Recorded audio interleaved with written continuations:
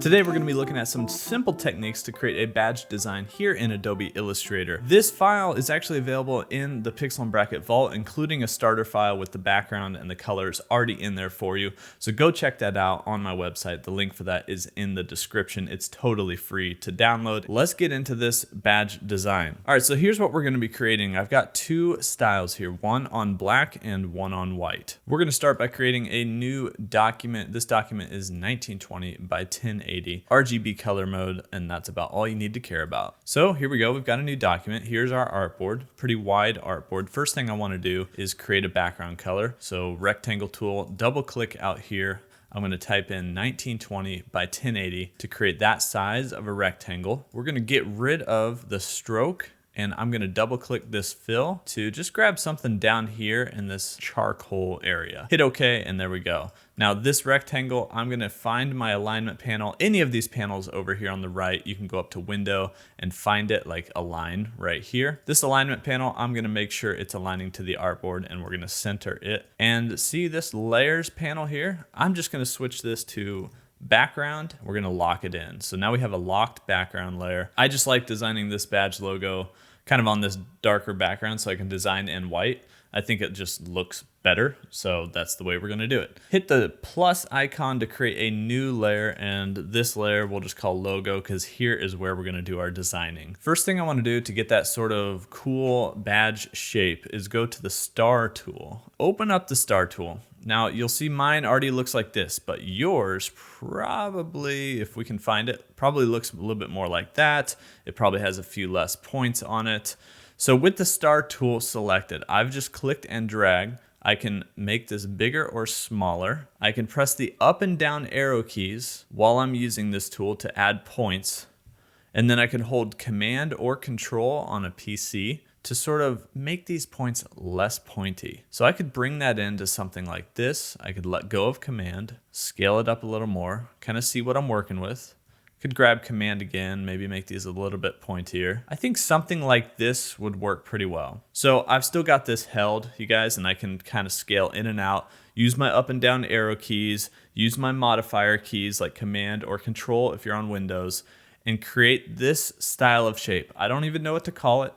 It's a lot of different points, and we're going to create like a nice smooth curve with this. Just click and hold, scale up and down, and then press your different modifier keys to get the shape that you want. So once we've got that, I'm just going to let go. And we've created this shape out here. This is going to be the outside of our badge. So I'm going to switch this from fill to stroke just by clicking this double-ended arrow to swap. And then we're going to double click on this and turn it to white. Hit OK. So now we have a white stroke around this guy. We're going to change that stroke to 5-point would be good for this size document. So we've got a 5-point stroke around this shape, and we're going to not have these corners quite as pointy. So I've got this selected. I'm going to zoom in a little bit, and we're going to switch over to the direct selection tool. It's the white arrow in your toolbar. You can also press the shortcut key A. See all these points? This is the corner widget. If you don't see them, go up to View, down to Show Corner Widget. You gotta make sure that's shown. We're gonna click and drag these points to just smooth out these curves a little bit. I think right in there works. So just grab that and smooth them out to the shape that you want. All right, next up, let's add some text. But to do that, I actually want to type on a circle. So what we need to do is find our ellipse tool. It's going to be back where that star tool was. Shortcut key is L for the ellipse tool. You can find the center point here, but if you miss it, that's okay. Now, as we scale up, it's going to be kind of weird, right? So we need to hold Option or Alt on a PC to scale up from the center, and also hold Shift, and that's going to keep it as a perfect circle from the center. So I'm holding Shift and Option or Alt if you're on PC. I'm holding those two right now and just scaling up and down. So once we get about in this range, that's where we're going to want to type our text in this circular path. It's going to be the Type on a Path tool. To do that the way that we want to do it, to create a top level of text and a bottom level of text, we actually need to split this circle into two pieces. We're going to use the scissors tool. The shortcut key for that is C, and we're going to find these two anchor points on the circle, and we're going to cut at those two anchor points on the sides here, just like that. So now what you should have is a top piece and a bottom piece. Command or Control Z to undo any mistakes you make and then redo them. So with this top piece selected, I'm going to press T for my type tool. Going to hover over that path until I see my cursor change to this sort of Type on a Path cursor. And I'm going to click right here where it says intersect on this point. Now, a lot of these pink lines and pink words and stuff, they're called smart guides. To turn on smart guides, you need to go up to the view, drop down to smart guides. Make sure that's check marked. It's going to be very helpful for different things like that. So now we've got this text on our path, and it's horrible, but we're going to change that. First, I'm going to change my text to white. So we're going to grab this swatch here and switch it to white, just like that. Perfect. Now with the type tool selected, you should be able to, or actually with this text selected, you should be able to double click on the type tool and it's going to pull up the type on a path options. If you don't get that or don't see that, go up to type, same thing, type on a path, and then go to type on a path options. So these options, we're going to check mark the preview box. First off, this is upside down, so I want to flip it.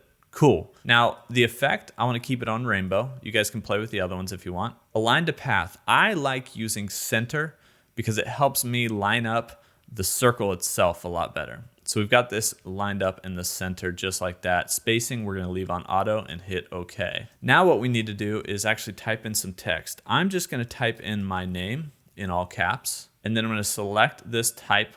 It's really a type layer now, just in an arc pattern or arc shape. I'm going to switch my font to Trade Gothic, and I believe I'm going to use the Trade Gothic condensed, maybe bold condensed like that. In your paragraph panel, align the text to the center. That gets it typing from the center up in the top here. I think something like 34 point or something around there for this size is good. And then we're gonna space this out, right? So this is your tracking, which is like the space between all your characters. I'm gonna space that out by quite a bit, maybe something like 300. So the idea here is I'm gonna have text on top and text on bottom that kind of match a little bit. So let's do the same thing. We're gonna press T for the type tool, click on this anchor point down here. I'm gonna type in graphic designer in all caps. Gonna grab that text, switch it to white. If it's not already the font you want, switch it back to the font you want and the size, and the tracking we'll keep at 300 for now. We'll change that later, but we'll keep that for now. So there we go, we got some text. On top and on bottom, you have to split that circle up to get the text going in different directions. If you typed just on the circle path, the text would stay the same all the way around. So on the bottom, your text would be upside down. So you've got to use those type on a path options on either the top and the bottom halves of that circle, and you're going to be able to get the text the way that you want. Cool, so now what I'm gonna do is just add some initials to the middle and then some little X's over here on the sides. To do that, I'm gonna go back to the type tool, T is the shortcut. Just click on my canvas here and I'm gonna type in SM. That's my first and last initials. I'm gonna highlight that. We're gonna change it to a different color. So I'm just gonna double click on one of my swatches here. I'm gonna find like a nice bright gold yellow color and hit OK.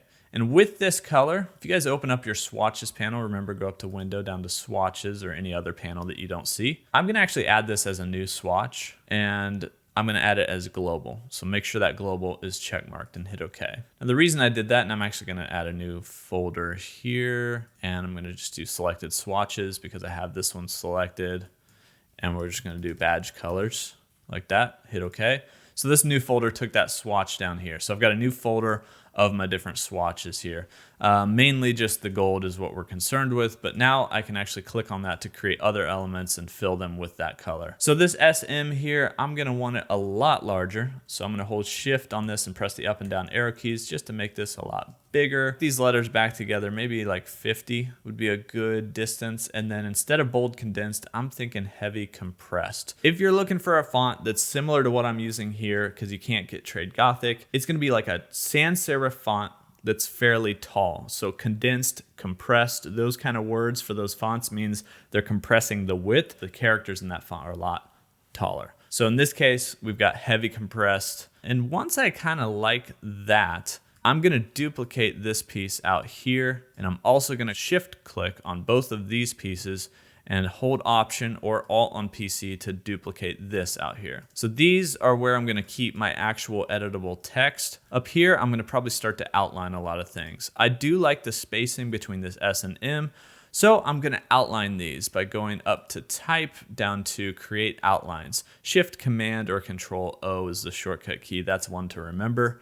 Once I've created these outlines, I can actually shift click on the outside of our badge And I've also got this selected. Then I can click on the outside of our badge and that's gonna highlight it. And now I'm aligning to a key object. The key object is that outside stroke, and I'm gonna horizontal align center and vertical align center. That's gonna get this SM right in the middle of this badge. Now I can do the same thing with these, but for now I'm not going to because we may mess with the text. So I want to keep that editable. I'm going to scale this up by holding Shift and Option or Alt to something that feels right, something right in there. Now we need those little X marks that we had, and so we're going to just use that type tool. I think I might actually type a plus icon rather than an X icon. And we're going to highlight that, turn it to that gold color, create outlines. Can't have it highlighted, we got to have the text selected. Then type down to create outlines. And I'm going to rotate that, but I'm going to hold Shift when I do it. So it just goes in 45 degrees, and now I have a little X that I can insert right here. So I'm gonna line that up to this by Shift clicking both, then clicking the SM,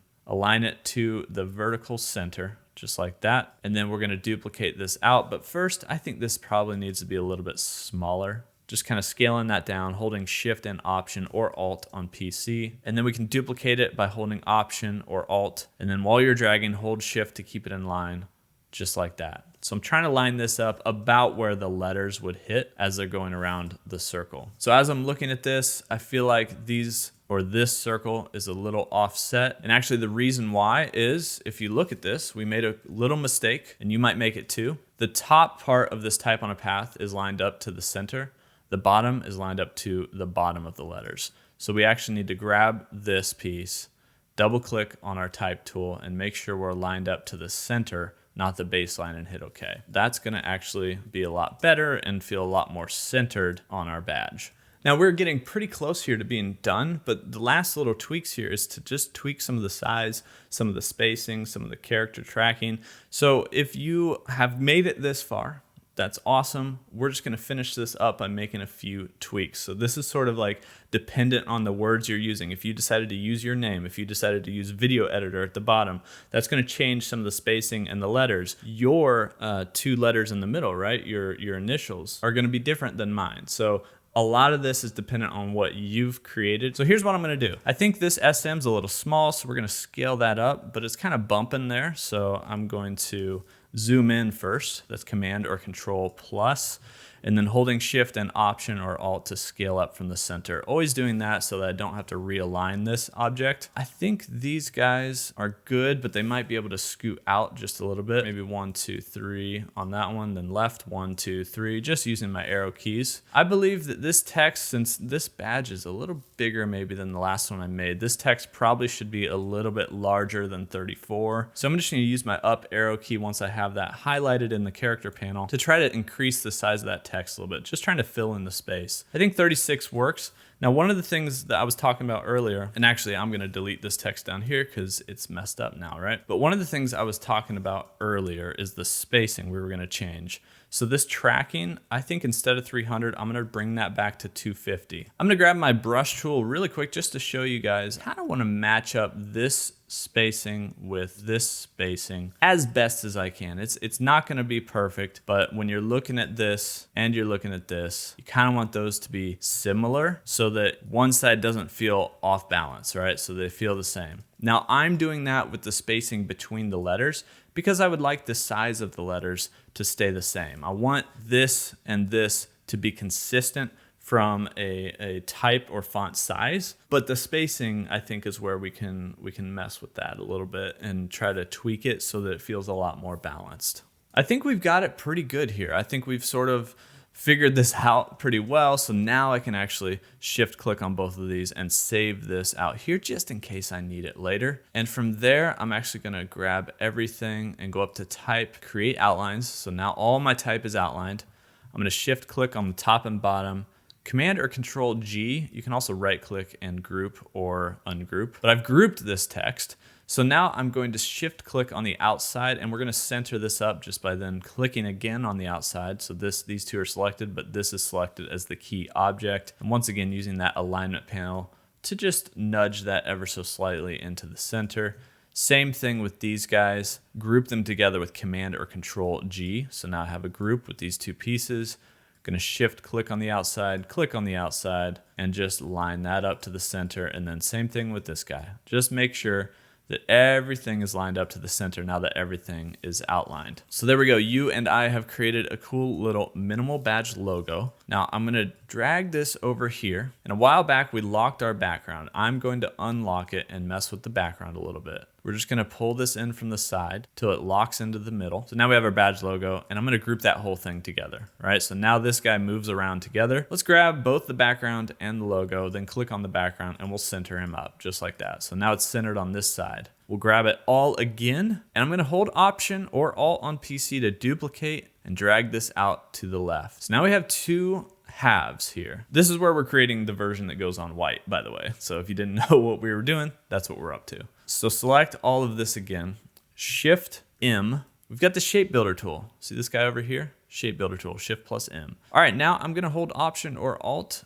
to just remove this outside section by clicking on it while I have Option or Alt selected. Now all we have is this sort of black object, but we want the background to scale out beyond a little bit. We're going to do that by adding a stroke to it. It's underneath everything, and we want to add the same color stroke to this background. So what I'm going to do is just click on this fill and drag it to the stroke, and then we're going to need to up the stroke. I'm going to hold Shift and use the up and down arrow keys just to go by tens, just like that. So you can kind of click this out to whatever. I'm doing 40 point, and actually what you can do is go to stroke and make sure that that stroke is only aligning to the outside of that object. Now it's actually 40 points from the center of this. So I know that doesn't make a whole lot of sense, but we're gonna drag that back maybe to 20. Sort of an outlined version of this on white. We're gonna do 30 point. I just wanna keep tweaking that, you know? There we go. So now we have a version that can go on white because it's got this black border. And we also have this version that goes on black. And to expand this all, you can click and drag to select it all, go up to Object, down to Expand Appearance. It's gonna expand the appearance first, but we wanna expand everything. So we go back to up to Object and expand again. You kinda have to do like a double expand there. Everything should, well, not quite. We're gonna go up to Object and expand it again. You need this panel to show up. Probably because we were in a couple different groups inside of that. We had expanded a couple times. Sometimes that happens. I just expand until I see this dialog pop up and it's asking me, what do I want to expand? The fill and the stroke? Of course I do. Hit OK. Now everything is a fill, which makes it a lot easier to change colors. So this piece is all one, and what I could actually do is use the Pathfinder option to unite that piece all together. Now instead of having those strokes that we created also outlined, it's actually just a full shape that's solid. And what we have here is everything has a fill rather than having fills and strokes, which makes it a lot easier to color this. So if you wanted to create a version, and we could just scale this down, if you wanted to create a version that's all gold or all white, it's much easier now to just select this object, hold Shift to deselect the background, and then you can double click on your swatch. Or actually what you could do now that we have this swatch over here is just click on this yellow swatch and it's going to change the fill of everything. So you can really quickly create a one color version of this badge just like that. Here's another thing, because we have that gold swatch created that's global also, we can change that. So because I have this selected, I can double click on it, hit preview. We can actually change this color to whatever we want. Do we want more of a burnt orange look or salmon or a red? We can adjust that to whatever we would like it to be. It'll change wherever you've used that color. So there you have it. I hope you didn't have a whole lot of trouble. By the way, you can download the final recorded version Illustrator file. I'm going to save that. I'm going to save the original pre-recorded version that I created just to try to figure out what I'm going to do for this tutorial. And I'm going to save you out a starter Illustrator file, everything in CC and CS6, so that you guys can get started on this with the background and the colors and swatches already inputted and just kind of follow along without having to think about trying to figure out your colors. By the way, we use Trade Gothic Pro as the type, as the font, so you can sync that from the Adobe Type Kit, or use your own kind of taller sans serif or even a serif. Just figure out what you want, create your own badge, tag me on Instagram, Twitter, Facebook, whatever, at Pixel and Bracket. Thanks for watching. Subscribe for more Illustrator tutorials. I'm Spencer from Pixel and Bracket. I'll see you guys in the next video. I keep saying icon, I mean logo. We created a cool little badge logo. So pretty neat. I'm gonna back out to this. Pretty neat there, I think. How many times can you say pretty neat? I don't know. Here's another thing, because we have that gold. Wow. Thanks for watching. Subscribe for more tutorials. How do we get out of here? Imagine if I didn't record that.